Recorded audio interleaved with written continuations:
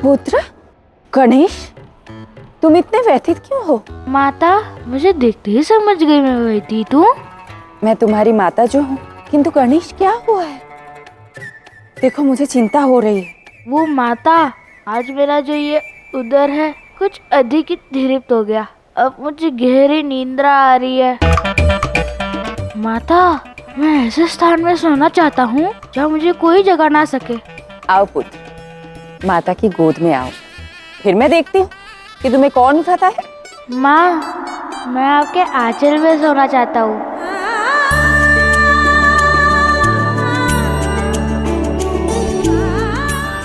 अवश्य पुत्र, आज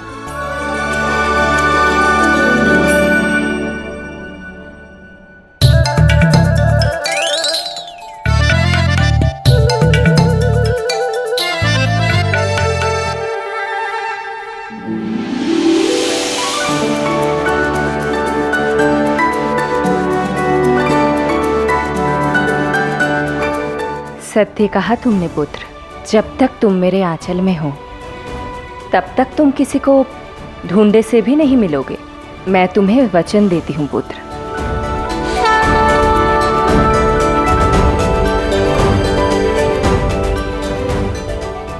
एक माता के आंचल से बड़ा शस्त्र संतान के लिए और कोई नहीं हो सकता। अब शेषनाग गणेश को नहीं ढूंढ पाएंगे।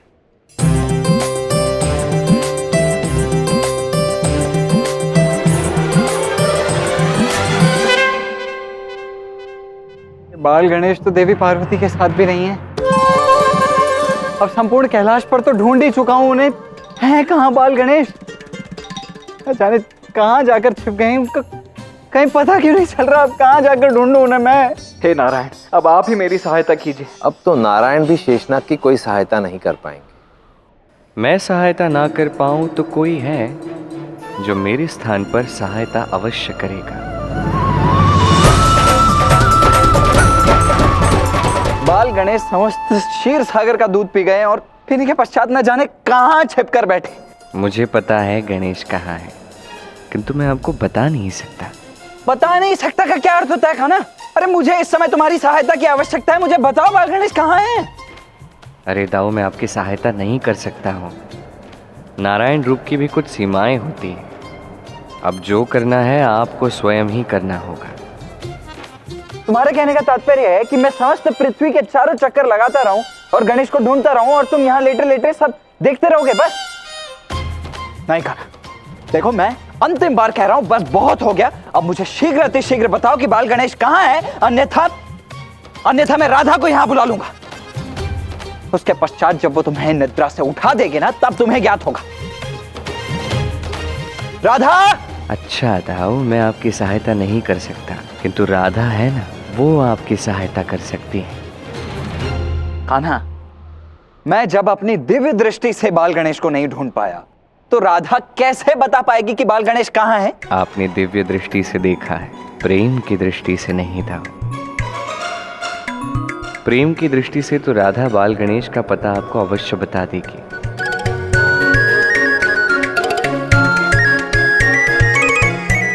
उचित है।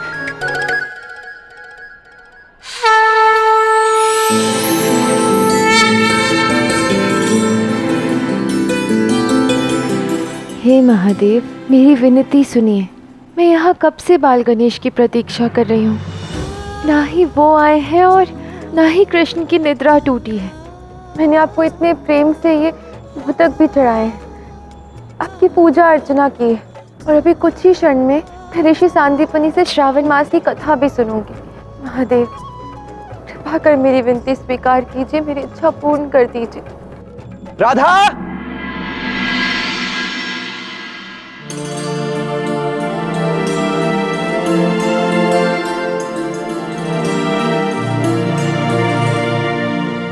क्या हुआ राधा, तुम क्या मुझसे कुपित हो? हाँ दाऊ, मैं आपसे भी कुपित हूँ।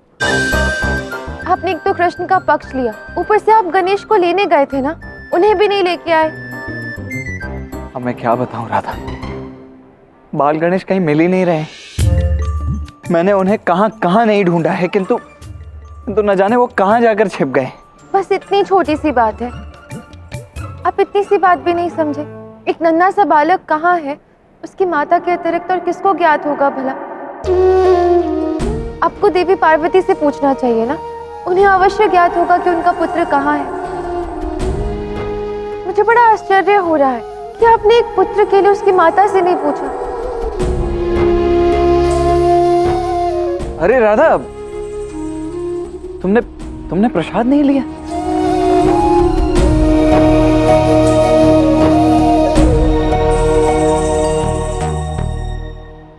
अरे ये तुम क्या कर रही हो?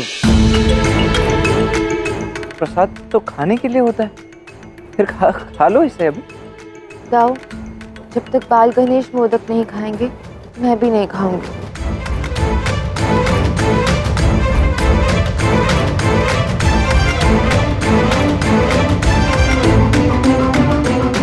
वैसे राधा ने जो उपाय बताया है सत्य ही है। इसके लिए किसी दिव्य दृष्टि की नहीं, अभी तो प्रेम की दृष्टि की ही आवश्यकता है, और प्रेम की दृष्टि तो एकमात्र राधा के पास ही है। राधे राधे।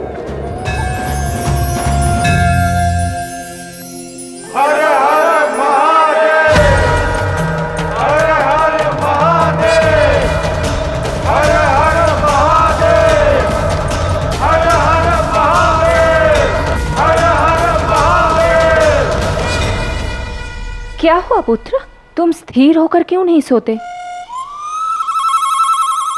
माता ऐसे कोलाहल में कैसे नींद आएगी मुझे?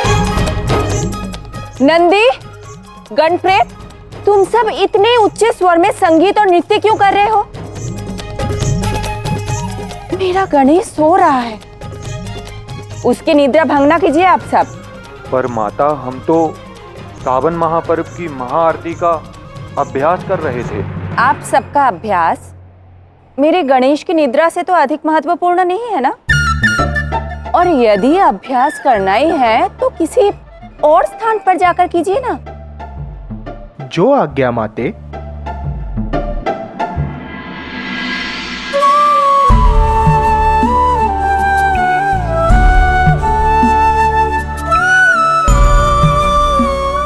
प्रणाम देवी पार्वती, कृपा कर मेरी सहायता कीजिए। आपको तो अवश्य ज्ञात होगा कि बाल गणेश इस समय कहाँ है। हाँ शेषनाग, मैं जानती हूँ कि मेरा पुत्र कहाँ है, किंतु इस समय बाल गणेश को तीव्र निद्रा आ रही है और मैं नहीं चाहती कि मेरे पुत्र की निद्रा में किसी भी प्रकार का विघ्न आए। किंतु देवी पार्वती, संसार पर एक महासंकट आने को है। बाल गणेश ने क्षीर सागर का समस्त दूध रिक्त कर दिया है। अब यदि शीघ्र अतिशीघ्र बाल गणेश को ढूंढा नहीं गया तो सृष्टि का संतुलन बिगड़ जाएगा। क्या? ये क्या कह रहे हैं आप? बाल गणेश ने क्षीर सागर का दूध पी लिया है? अब मैं समझ रही हूँ बाल गणेश की असहजता का कारण। किंतु शेषनाग, बाल गणेश को ये चंचलता नहीं करनी चाहिए थी। हाँ देवी पार्वती, आप उचित कह रही, किंतु उससे भी अधिक चिंताजनक बात यह कि यदि वो क्षीर सागर का दूध बाल गणेश के उदर में पच गया तो उसके पश्चात क्षीर सागर को पुनः भर पाना असंभव हो जाएगा। कभी नहीं भर पाएंगे। ये कैसी समस्या खड़ी कर दी मेरे पुत्र ने। किंतु शेषनाग, मैंने तो बाल गणेश को वचन दिया है कि जब तक वो स्वयं अपनी इच्छा से नहीं उठेगा मैं उसको नहीं उठाऊंगी। अब मैं क्या करूं, मुझे कुछ समझ ही नहीं आ रहा है। बाल गणेश को क्षीर सागर का दूध लौटा देना चाहिए। यदि माँ को मेरा ये कार्य उचित नहीं लगा तो अवश्य ही मुझे उनकी आज्ञा मान लेनी चाहिए।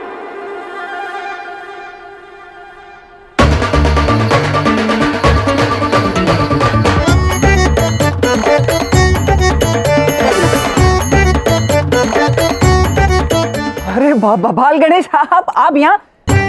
आपको तो मैंने कहाँ नहीं ढूंढा। आप यहाँ कैसे? अभी तो आप यहाँ नहीं थे। ये कैसे संभव? हालदर मामा श्री, माँ के आंचल में कोई नहीं ढूंढ सकता। ये तो बहुत ही अच्छी लीला की आपने बाल गणेश। आप यहाँ माँ के आंचल में छिपे रहे और वहाँ संसार में आपको सभी देवता और मैं न जाने कहाँ कहाँ ढूंढ कर आ रहे। अच्छा, अब जब आप मिल ही चुके हैं तो कृपा कर मेरे साथ चलिए और क्षीर सागर का दूध लौटा दीजिए। क्यों? मैं आपकी बात क्यों मानूं? आपने मेरी बात मानी? मैंने आपसे कहा था मामा श्री कृष्ण को जगा दीजिए, तो आपने ऐसा नहीं किया, तो मैंने क्षीर सागर को रिक्त कर दिया। देखिए बाल गणेश, ये उचित नहीं, आपको ऐसा नहीं करना चाहिए। आपके क्षीर सागर को रिक्त करने से नारायण अवश्य ही जाग जाएंगे, किंतु समस्त सृष्टि में महाप्रलय आ जाएगी, संतुलन बिगड़ जाएगा समस्त सृष्टि का। आप ऐसा तो नहीं चाहते हैं ना? क्यों देवी पार्वती, आप कहिए ना। गणेश, तुम तो सदैव अच्छे और शुभ कार्य करते हो ना, तो आज ये विनाशकारी कार्य क्यों किया तुमने? देवता कभी ऐसे कार्य नहीं करते, इसलिए मैं चाहती हूँ कि तुम यथाशीघ्र क्षीर सागर भर दो। माता, आप जैसा कहेंगी मैं वैसा ही करूँगा। संसार की आज्ञा की जा सकती है, किंतु मैं अपनी प्यारी माँ की बात कैसे टाल सकता हूँ? धन्यवाद पुत्र, धन्यवाद। जाओ पुत्र। अच्छा, तो बाल गणेश, अब जब आपकी माता पार्वती ने भी कह ही दिया है तो शीघ्र चलकर क्षीर सागर को पुनः भर देते हैं ना? हाँ अवश्य हालदर मामा श्री। हाँ चलिए तो आइए चलते हैं। रुकिए हालदर मामा श्री, आप इतने प्रसन्न मत होइए। आगे आपके लिए कुछ विशेष है, जिसे सुनकर आप भयभीत हो जाएंगे।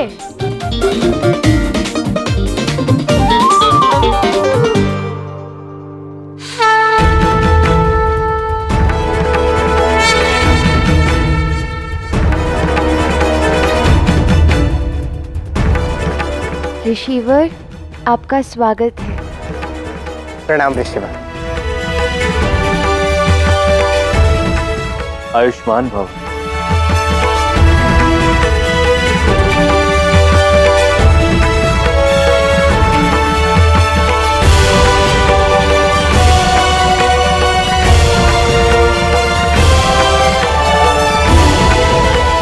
ऋषिवर, आज कृष्ण आपकी सेवा में उपस्थित नहीं हो पाएंगे, उन्हें क्षमा कीजिएगा। वो गहन निद्रा में हैं। प्रतीत होता है अत्यंत थकान के कारण वो सो रहे हैं। हम जानते हैं राधा, कृष्ण इस समय शयन कर रहे हैं। श्रावण के इस पवित्र मास में, इस पवित्र धरा पर आकर मुझे अत्यंत सुख की अनुभूति हो रही है। श्रावण मास अत्यंत ही पवित्र समय है। इस काल में दान, पुण्य, जप, तप का विशेष महत्व होता है। अब मैं आप सबको श्रावण मास की कथा सुनाऊंगा।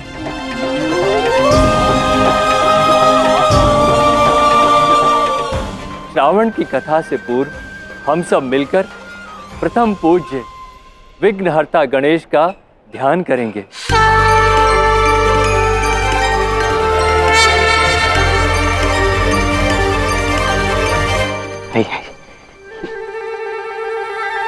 देखिए बाल गणेश, देखिए अब दशा हो गई है हमारे वैकुंठ की बिना क्षीर सागर के। अब कृपा कर क्षीर सागर को पुनः लौटा दीजिए। लौटा तो दूंगा, किंतु आपको मुझे एक वचन देना होगा। वचन?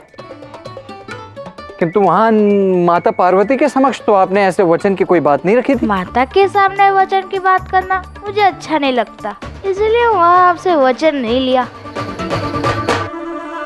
कहिए क्या क्या वचन चाहिए आपको?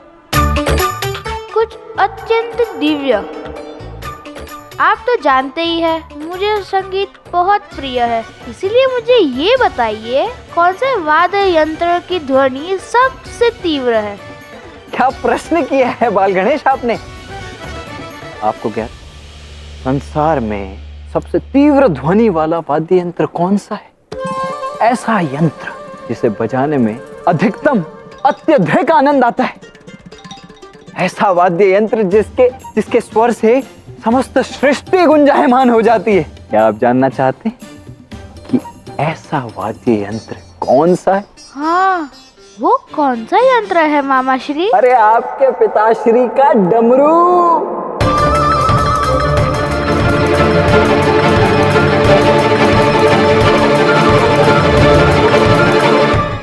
ये आपने क्या किया शेषनाग जी? आपने बाल गणेश को मेरे डमरू के विषय में स्मरण क्यों करवाया? अब वो मेरे त्रिशूल की ही भांति मेरे डमरू को पाने की हट करेगा। अच्छा, तो मुझे वो डमरू चाहिए। महादेव तो आज बुरे फंसे हैं। इस बार मैं इतनी आसानी से फंसने वाला नहीं हूं आराध्य, देखते जाइए। गणेश, वाद्य यंत्रों के विषय में चर्चा हो रही है, मेरे डमरू के विषय में बता रहे हैं। अच्छी बात है, मेरा डमरू भी अच्छा है, परंतु भ्राता बलराम, क्या आपने बाल गणेश को उस वाद्य यंत्र के विषय में बताया जिसकी ध्वनि मेरे डमरू से भी अधिक तीव्र है, इससे भी अधिक मधुर है? कोई बात नहीं, गणेश को उसके विषय में मैं बता देता। हाँ, बताइए ना पिताश्री, डमरू के समान कौन सा यंत्र है जो तीव्र ध्वनि देता है? तुम्हारे मामा श्री कृष्ण का शंख, पंचजन्य।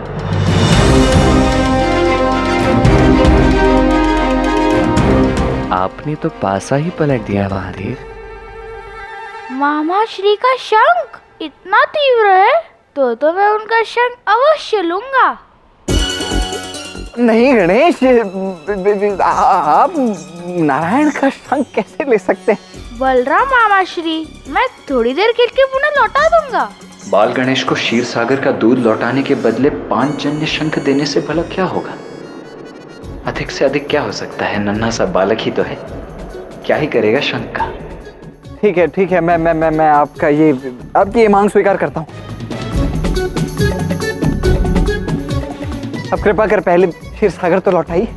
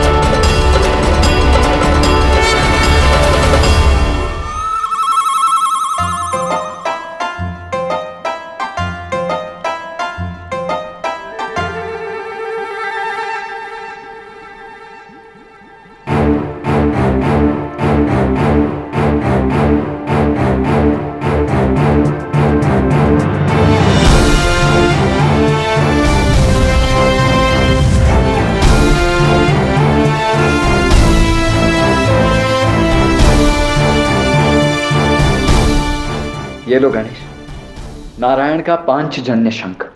किंतु स्मरण से इसे कुछ समय पश्चात लौटा देना। हाँ हाँ, अवश्य।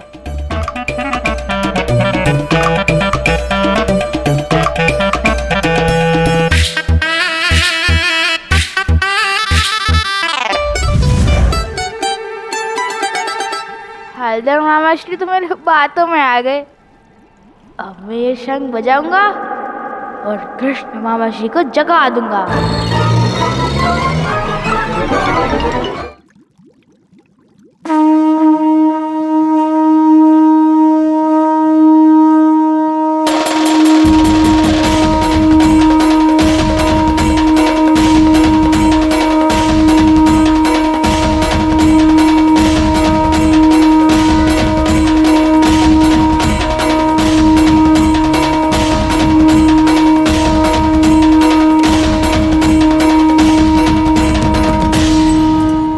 अवश्य ही बाल गणेश होंगे। ये बाल गणेश तो अत्यंत चतुर निकले। उन्होंने इस शंख का उपयोग भी नारायण को जगाने के लिए किया। ये नारायण, मैं ये पहले क्यों नहीं समझ पाया? ये तो पंचजन्य शंख की ध्वनि है।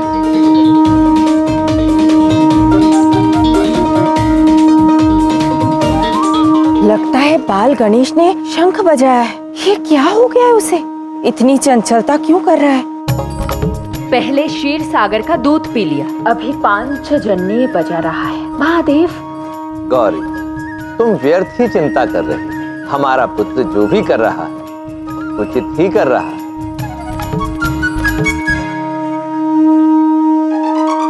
तुम कितना भी शंख बजाओ, मैं नहीं जागूंगा, क्योंकि जब मेरे नेत्र बंद करने पर भी तुम्हारी चंचलता से मैं बच नहीं पाया, तो मैं जाग गया तो मेरी दशा तो दाऊ जैसी ही हो जाएगी। अब तो मैं आपको उठा कर ही रहूंगा मामा श्री।